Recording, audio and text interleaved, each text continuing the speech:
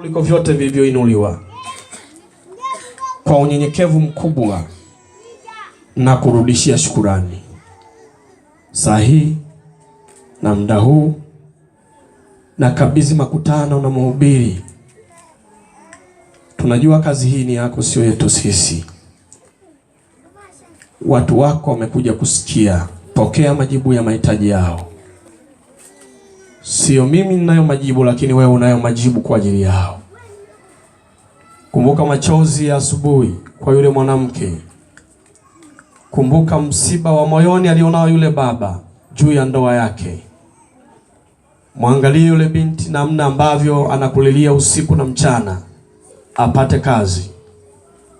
Mtazame na yule mama kwenye dhiki yake alionayo, anakulilia wewe na anauliza ni lini utakutana naye. Mwangalie yule ndugu ambaye biashara yake Mungu haiko sawa, na kila kitu anachokigusa kinayeyuka mikononi mwake. Ni jioni ambayo wewe unashuka. Kubwa kuliko yote, yuko mtu mmoja ambaye anateswa na dhambi, na yeye amechoka na maisha hayo. Ni wakati ulio mzuri kuwasiliana naye, umpe habari njema za matumaini, umondoe katika giza nene ambalo amezikwa kwalo, nuru yako imwangazie. Yule mtu ambaye magonjwa yamefanya kiwanda kwa mwili wake, na unajua magonjwa mengine hata tiba hayana. Yesu, wewe ndio jawabu la mambo yote, ni suluhisho la shida zetu. Tumia mwanao ambaye ana lugha na ulimi wa kigeni kuongea na Watanzania hawa ambao wana thamani kubwa mbele za macho yako. Kwa jina la Yesu Kristo wa Nazareth aliye hai, ninaomba na kushukuru, na kila mwenye pumzi ya uhai aseme amen. Amen. Prophet, karibu. Pigia Yesu makofi mazuri wakati mhubiri anafika hapa.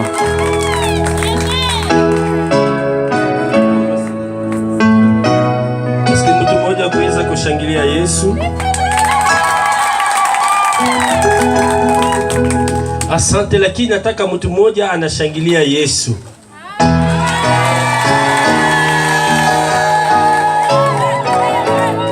Unajua bado nimeona watu wanashangilia kwa ajili ya pila. Unajua kwa njia siku ya kwanza paka leo mambo gapi Mungu amefanya ndani ya maisha yako. Nataka mtu mmoja anaweza kurudisha utukufu kwa Mungu, kwa Yesu, anashangilia Yesu.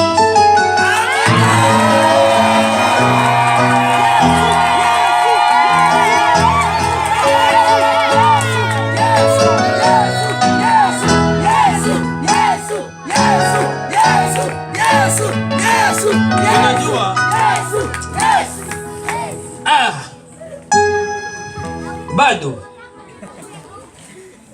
nisukume ya kuhubiri. Amen. Amina. Nataka mtu mmoja akaweza kushangilia Yesu.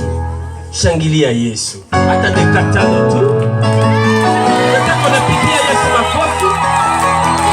Unapigia Yesu makofi vizuri, unaweza kubadilisha maisha yako.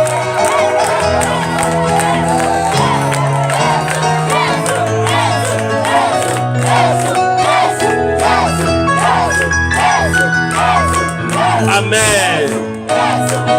Mungu awabariki sana.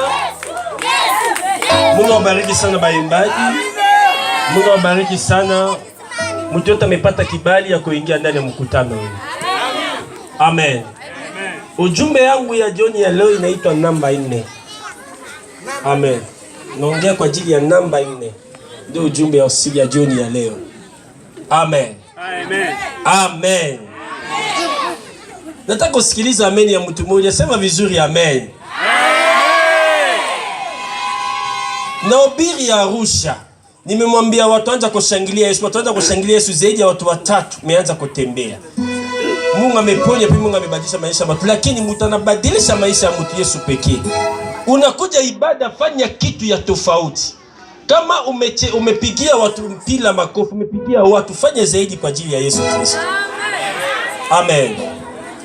Kwa haraka nataka msomaji Biblia kusaidia anachukua Biblia kwa haraka. Tunachukua chukua Biblia kwa haraka, tunachukua Yohani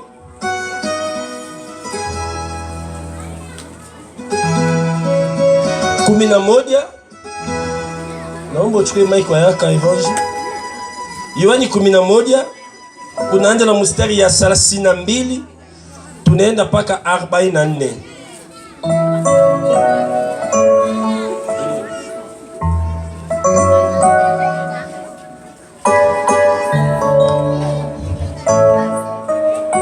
Yohani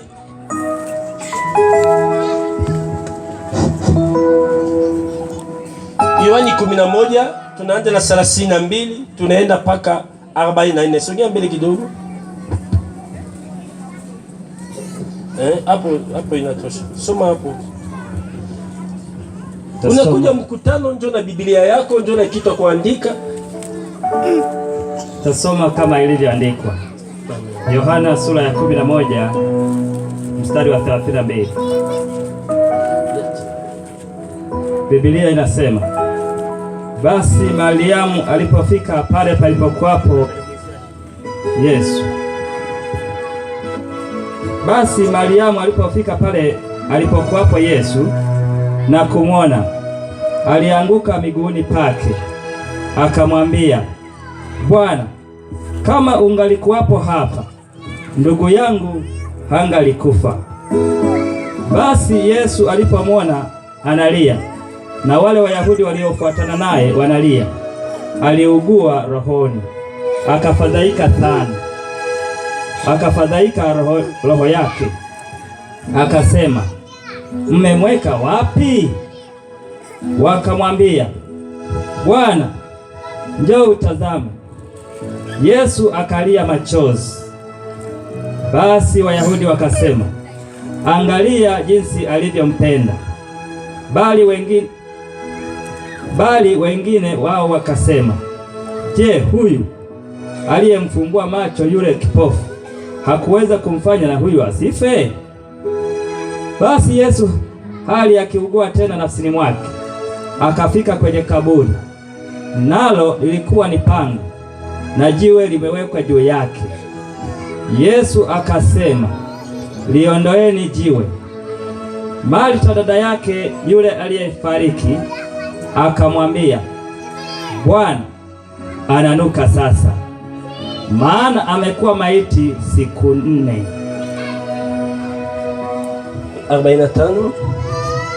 40. Yesu akamwambia, mimi sikukuambia ya kwamba ukiamini utauona utukufu wa Mungu? Basi wakaliondoa lile jiwe. Yesu akainua macho yake juu yake, akasema, Baba, nakushukuru kwa kuwa umesikia, nami nalijua ya kuwa wewe unasikia siku zote. Lakini kwa ajili ya mkutano huu wanaohudhuria nalisema haya, ili wapate kusadiki kwamba ndiye uliyenituma. Naye akisha kusema hayo, akalia kwa sauti kuu, Lazaro, njoo huku. Akatoka nje yule aliyekufa, amefungwa sanda miguuni na mikononi, na uso wake umefungwa leso. Naye Yesu akawaambia, mfungueni, mwache aende zake. 45. Basi wengi katika Wayahudi waliokuja kwa Mariamu na kuishi pale pale. Amen. Nataka mtu mmoja anashangilia neno la Bwana. Amen.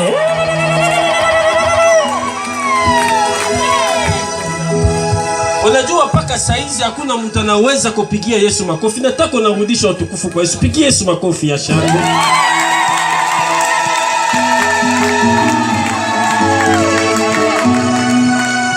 Amen. Amen. Amen. Sijui kama uko na njaa au umefunga.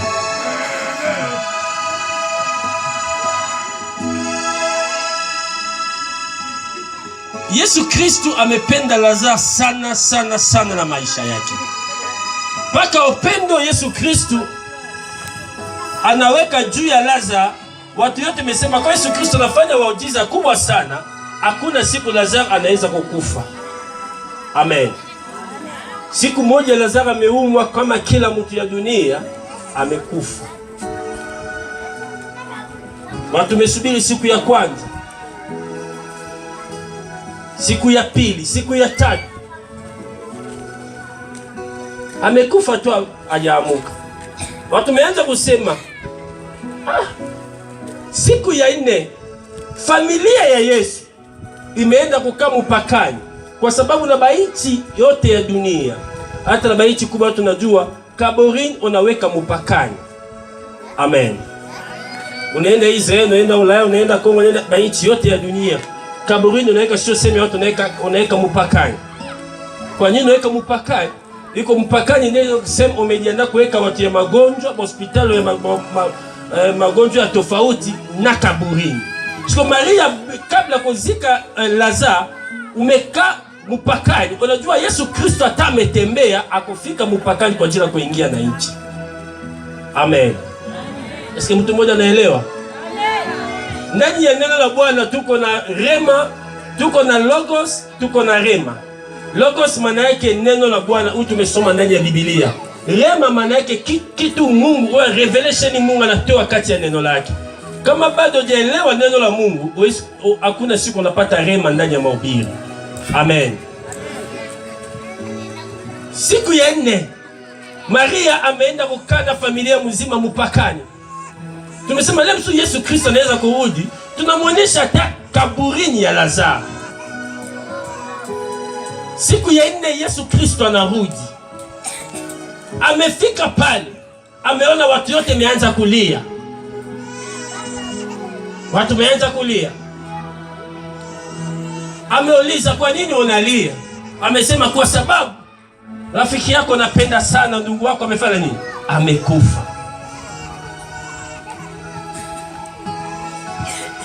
Yesu Kristo amesema peleka mimi sehemu umeweka Lazaro. Amemwambia Yesu, kuanzia siku amekufa paka leo ameshafanya siku ngapi? Siku 4.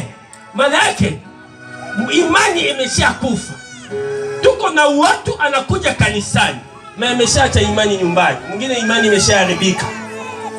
Anashika Biblia anaomba na amepoteza deja imani. Kitu inaunganisha mtu na Mungu inaitwa imani. Unaweka imani ndani ya maisha yako, uko na uwezo ya kubadilisha kila kitu. Amen. Yesu amesema peleka mimi sehemu umeweka Lazaro. Amesema hapana, amefanya deja siku 4. Muda hii tunaongea ameanza kutoa harufu mbaya.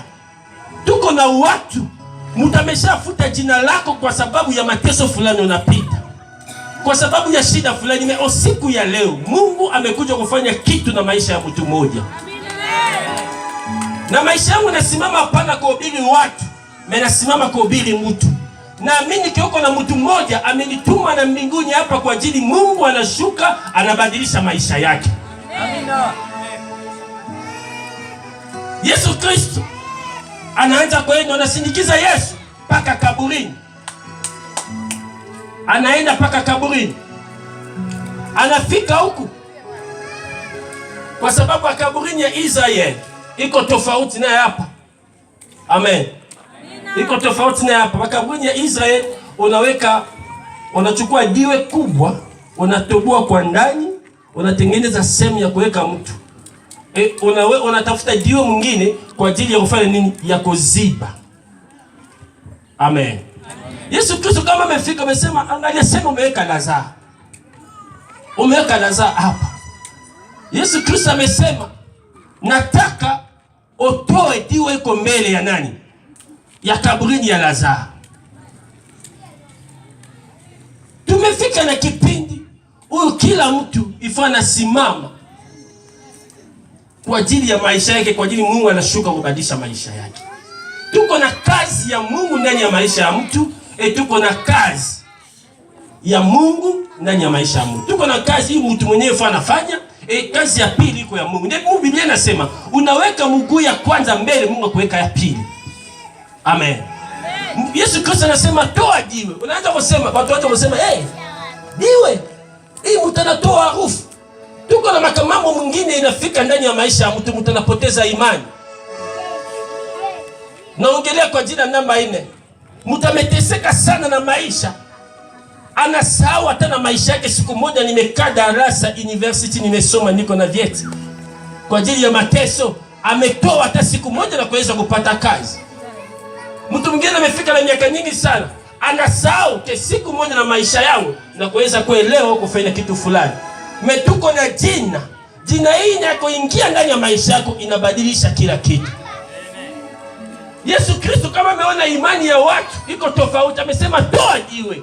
Maana yake ojiza sio Mungu. Kitu inaitwa ojiza na maisha ya mtu inaitwa imani. Unataka mabadiliko ndani ya maisha yako, amini ke Yesu Kristo anabadilisha maisha. Amini ke Yesu Kristo iko zaidi ya wachawi. Amini ke Yesu Kristo iko zaidi ya mabunganga. Amini ke hakuna nguvu zaidi ya Yesu. Amen. Unajua hapa Tanzania iko na mabunganga nyingi sana ya ongo. Mtu anaamka asubuhi ameteseka sana, ametafuta banguo ya nyekundu, ameweka pale, ameanza kukula watu pesa. Nimepata neema ya kutembea duniani, Afrika nchi 17. Nimetembea Ulaya, nimetembea nchi niko ajili ya Injili. Lakini hakuna nchi iko na nguvu zaidi ya Kongo. Bachawi na ushirikina ya Kongo inaogopa nani? Inaogopa Mungu, inaogopa Yesu Kristo. Hawezi kupita mbele ya kanisa. Nimeenda Sumbawanga, watu kusema, nabii, wewe umetoka wapi umekuja hapa? Ujauliza habari hapa. Nimesema najua habari ya mtu mmoja anaitwa Yesu Kristo. Amesema hapana, mtu mmoja amekuja kufanya mkutano, ametoka hapa. Mimi mkutano inaanza Jumapili. Amelala ameamuka porini Tanga. Anasema yeye anajua kwa nini ameamuka Tanga. Mimi najua kwa nini nimekuja hapa. Unajua unakaa vizuri na Yesu, mambo inabadilika. Tuko na watu shetani anaogopa. Kitu inafanya ke shetani anaogopa maisha ya mtu inaitwa ufalme ya mbinguni. Ufalme ya Yesu Kristo unashuka ndani ya maisha yako. Shetani hawezi tena kugusa maisha yako. Shetani anaogopa tu watakatifu. Yesu Kristo amesema toe ndio. Watu waanza kusema hii amefufuka, watu wamefufuka na injili yake.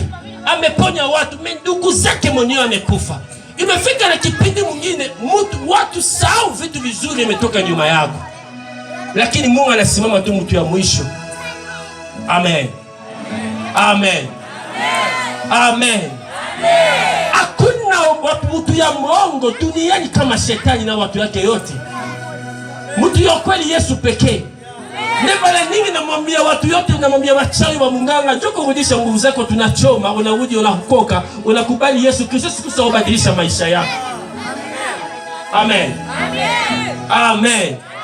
Nimetembea dunia, hakuna siku nimeona nguvu zaidi ya nguvu ya Yesu Kristo. Naongea vitu najua. Kama rafiki yako iko mchai, mwambie njoo kesho. Njoo kupima kweli kama uko na nguvu. Akukupa habari baada ya kupima kukupa habari. Amen. Nimefika Sumbanga zaidi ya babunganga 50. Meleta dawa nimechoma mbele ya watu. Maana yake Yesu Kristo ndiye kuna nguvu zaidi. Nimekuja kwa usema leo. Hata nani yuko nyuma ya matatizo ya maisha yako, tunashusha ufalme ya Mungu. Mungu akubadilisha maisha yako. Kwa nini Shinyanga inaishi juu ya utajiri? Watoto ya Shinyanga inateseka. Nani yuko nyuma ya mateso ya Shinyanga? Ndio tunataka kurudisha kuingiza Yesu Kristo. Ufalme wake inashuka, anakomoa Shinyanga. Mimi naamini yuko na mtu mmoja kabla mkutano maisha yake inabadilika. Umeona biti vizuri, usiku wa malaya. Amen. Umeona mtu anaokoka, mwizi. Umeona mtu anakuja kanisa maana tembea vibaya. Yesu Kristo yuko mtakatifu mara 3. Unataka kutembea na Yesu, takaswa maisha yako, takaswa tabia. Amen. Amen.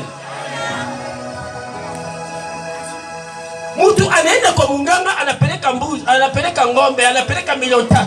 Anakuja kanisa anapeleka 500, 700, amepeleka 1000. kwa sababu bado hujajua kazi Yesu Kristo anaweza kufanya ndani ya maisha yako. Mkutano imekuja kwa ajili ya wewe kubadilisha maisha yako. Yesu Kristo amesema toa diwe. Hakuna mtu anaamini diwe Lazaro anaweza tena kuishi. Tuko na watu amepoteza vitu, ni amesema nimepoteza haki yangu, nimepoteza vitu, nani tena kuweza kumsaidia maisha yangu? Anaanza kuishi kusubiri kufa ya maisha yake. Na nimekuja kutangaza ndani ya maisha yako kuna giza moja iko karibu. Yesu Kristo amefika kubadilisha maisha yako. Hata nani iko nyuma ya matatizo ya maisha yako, Yesu Kristo akosimama jioni ya leo. Amen. Ako Mungu amekupa mimi kibali ya kuingia Shinyanga. Paka Jumapili tunafunga kazi ya shetani. Yesu Kristo akoingia kuanza kazi yake. Amen. Amen. Unajua kama unatembea maisha mchafu unaogopa hata kuongea amen kwa sababu mchawi kuja kupigwa usiku. Mimi niko zaidi ya shetani bala 10,000. Kongo tuko na watu yojiza, watu yoshirikina. Anakuja kwa mwili anaingia ndani ya kuta, anatokea huko anaenda. Wewe umepanda ndege unaenda, unafika ya kupokea airport. Ameenda na miguu amefika mbele yako. Anakupokea airport. Mtu uko na uwezo ametamuka juu ya nyumba yako imetoka ya kuta imekuma ya mamuti. Mtu kama yeye anaokoka, anaogopa Yesu. Ale mambo tu ya kawaida yuko na mwana nguvu kidogo, kitu kidogo tu ya koota anaogopesha watu. Hakuna mtu yuko na nguvu zaidi ya Yesu Kristo. Nasisitiza hakuna mtu yuko na nguvu zaidi ya Yesu Kristo. Tumekuja kurudisha Shinyanga na mikononi ya Yesu. Umekaa nyingi sana na ushirikina. Maisha yako kama maisha ya munganga. Umeharibu maisha ya watu. Yesu Kristo anakupenda, amesema rudisha moyo wako mbele yake. Amen. Lazaro amekufa. Watu sema imeisha. Yesu amekuja amesema toa diwe. Diwe maana yake nini? Diwe maana yake kila kitu inaweka roho ukataliwa ndani ya maisha yako. Ke wewe huwezi tena kupata kazi. Wewe huwezi tena kwenda mbele. Wewe huwezi tena kubarikiwa. Ndiye diwe. Mungu ameshuka jioni ya leo. Amesema toa diwe juu ya maisha yako. Kwa sababu anawaza fanya vitu vizuri tofauti na vitu ya mwanzo.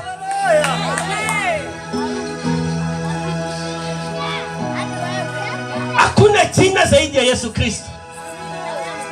Naongelea hakuna jina zaidi ya Yesu Kristo.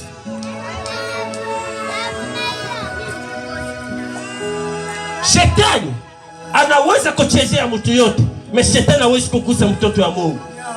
Kama siku moja shetani amegusa maisha kwa sababu amefungua mlango, leo tumekuja kufunga milango kwa sababu foto tunashusha ufalme ya Mungu. Martha na Maria nasema amekufa leo siku ya 4. Tuko na watu nyingi sana hata naokoka, lakini ameweka mipaka. Amesema mimi hapa siwezi kusafiri, mimi siwezi kujenga, mimi siwezi kufanya kitu fulani. Nimekuja leo kusema vunja mipaka umeweka mbele yako. Inawezekana umezaliwa na familia maskini, kesho nafika rais, kesho nafika mtu kubwa sana. Amen. Amen. Nimeenda Same kuombea mtu, familia moja ya maskini sana. Nimefika na pesa zangu, mara kwanza nimelala na nyumba ya matope. Nimeanza kuhesabu dakika mpaka asubuhi, nimeona kama nimefanya mwaka. Lakini siku moja tu nalala, baada ya dakika moja naamuka. Mimi nawaza asubuhi, bado nimeangalia saa dakika 3. Nimelala tena, baada ya dakika 2 nimeamuka, bado tuko usiku. Nimeamuka zaidi ya mara 100. Amen. Tumeomba na familia yao. Nimeuliza mwana wake na mume wake.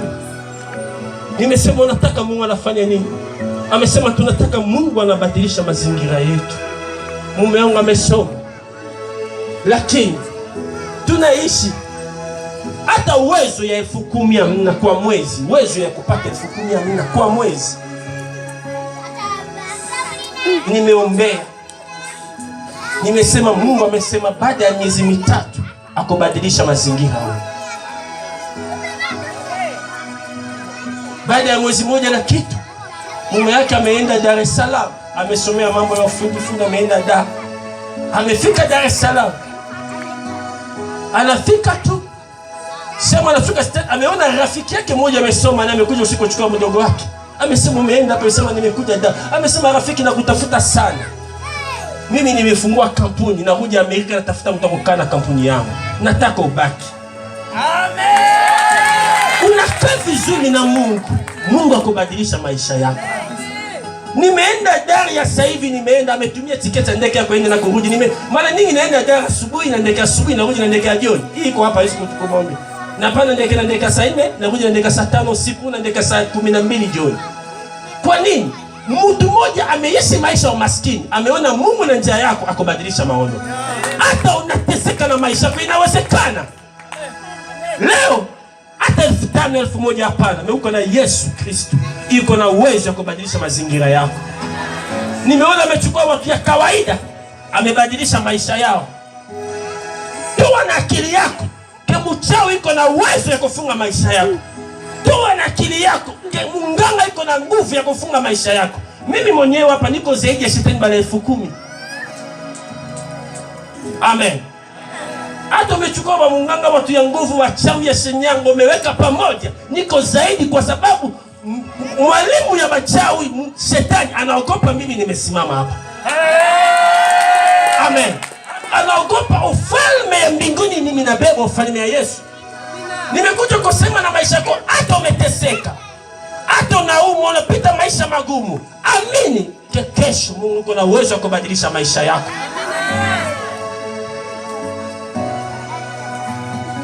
Leo hata umeingia na shida gani, Mungu akuponya maisha yako. Hata nani amefunga maisha yako, nasema Mungu akubadilisha historia ya maisha yako. Historia ya Lazaro imeisha kwa ajili ya watu. Mungu amepanga mipango mpya kwa ajili ya kuacha historia mpya. Iko na mtu mmoja Mungu anataka kuacha historia mpya. Yesu amesema toa diwe. Watu sema toa, amesema anasisitiza totoe tu. Kama mtu amemaliza watu wamemaliza kutoa diwe, maana yake kazi ya watu imeisha, imebaki kazi ya Yesu. Tumekoma na kipindi. Unataka kupima kama kweli Yesu Kristo yuko Mungu, amini tu, Mungu anabadilisha maisha yako. Nimekuja kumwambia mtu mmoja, ningesema omba fanya kitu fulani, amini tu, Mungu akubadilisha maisha yako. Amen. Amen. Kama nimepanga kuja Shinyanga, kila mtu anauliza unaenda Shinyanga, unafahamu Shinyanga vizuri? Kwa nini hujaenda Dodoma? Niko na mkutano conference Dodoma. Kabla Dodoma funaenda Dar. Lakini nimeomba Mungu amesema nende Shinyanga. Nimefika Shinyanga, nimeona utajiri ya Shinyanga. Maana yake wewe huwezi kuishi maisha ya maskini. Tunaombea, nasema Jumamosi, Jumapili, tunaombea utajiri ya Shinyanga.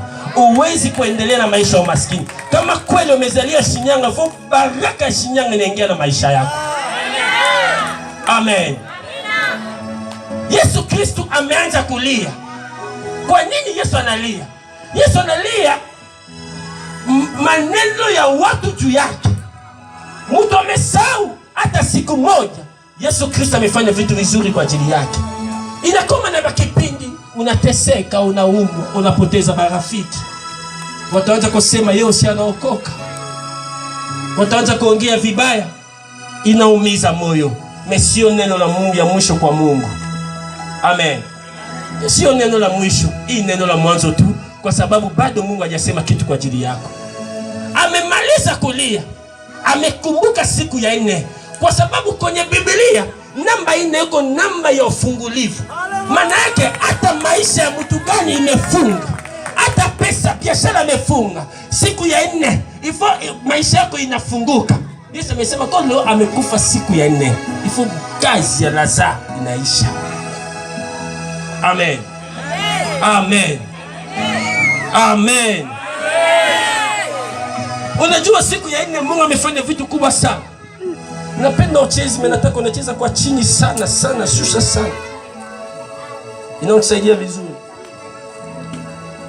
Namba 4 yako namba ya ufungulivu. Nimekuja kumwambia mtu mmoja, hata nani amefunga maisha yako. Niko zaidi ya wachawi ya familia yako. Niko zaidi ya munganga ya Shinyanga. Ni Mungu amekupa kibali ya kufungua maisha yako dunia leo. Hata umeteseka na kitu gani, nimekuja kusema kitu moja tu, amini Manake Yesu Kristo uko na uwezo wa kubadilisha maisha yako. Umekuja kuacha nani duniani? Unaishi maisha ya kulia tu. Kila biashara unafanya inapanda, inashuka, inaharibika. Familia mzima umezaliwa bakike, kila mtu amezaa bila ndoa. Nyumbani naingia nyumbani moja, nimeenda kuomba, nimekuta watoto kama shule. Nimeuliza baba, nimesema baba, yuko na shule karibu, watoto majirani. Sema hiyo yote watoto wangu. Hakuna mtu yuko kwenye ndoa, yeye amezaliwa 5, yeye amezaliwa 3, amezaliwa 4. Ndio baba anaishi na watoto zaidi ya 40 nyumbani. Umefanya makosa gani ya kukuja duniani? Yesu amekuja jioni ya leo kubadilisha maisha yako. Mtu mwingine anaokoka bado hajatakaswa maisha yake. Yesu amesema, Yesu ameanza kulia. Analia sio kwa ajili ya watu. Analia kwa sababu hata watu natembea na Yesu. Kaka, watu pale nini naongea vibaya kwa ajili yako. Wewe unawaza unasema rafiki yako. Wewe unawaza rafiki yako anapenda maisha yako. Leo ndoa ngapi imeharibika kwa ajili ya marafiki? Leo watu ngapi watu wangapi imeingia kaburini kwa ajili ya marafiki? Hakuna rafiki zaidi ya Yesu. Hakuna rafiki zaidi ya Yesu. Yesu Kristo anapenda maisha yako. Amekuja leo kwa ajili yako. Badilisha tabia yako, kwa sababu mbinguni ojize iko kwa ajili ya watakatifu. Hakuna jina ya mtumishi inafanya ojize. Leo dunia imeanza kudanganya watu sana. Wa munganga ameona ke huku wateja hapana. Munganga ameacha nyumba ya munganga, amejenga kitu kama kanisa, ameweka Yesu Kristo. Unaingia ndani unaona kiko munganga.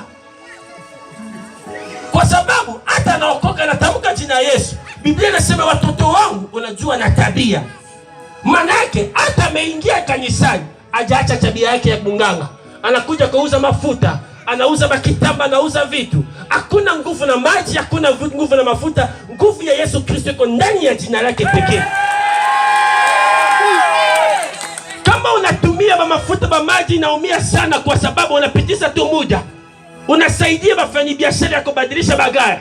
Lakini tafuta jina ya Yesu Kristo, kwa sababu nguvu ya Yesu iko ndani ya jina lake. Amen. Yesu Kristo ameanza kuomba. Nimependa sana maombi ya Yesu.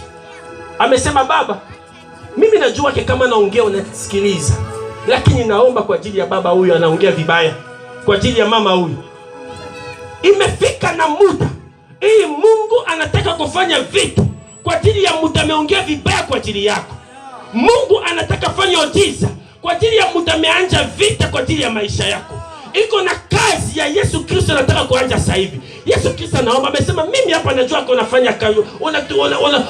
Unaamini unafanya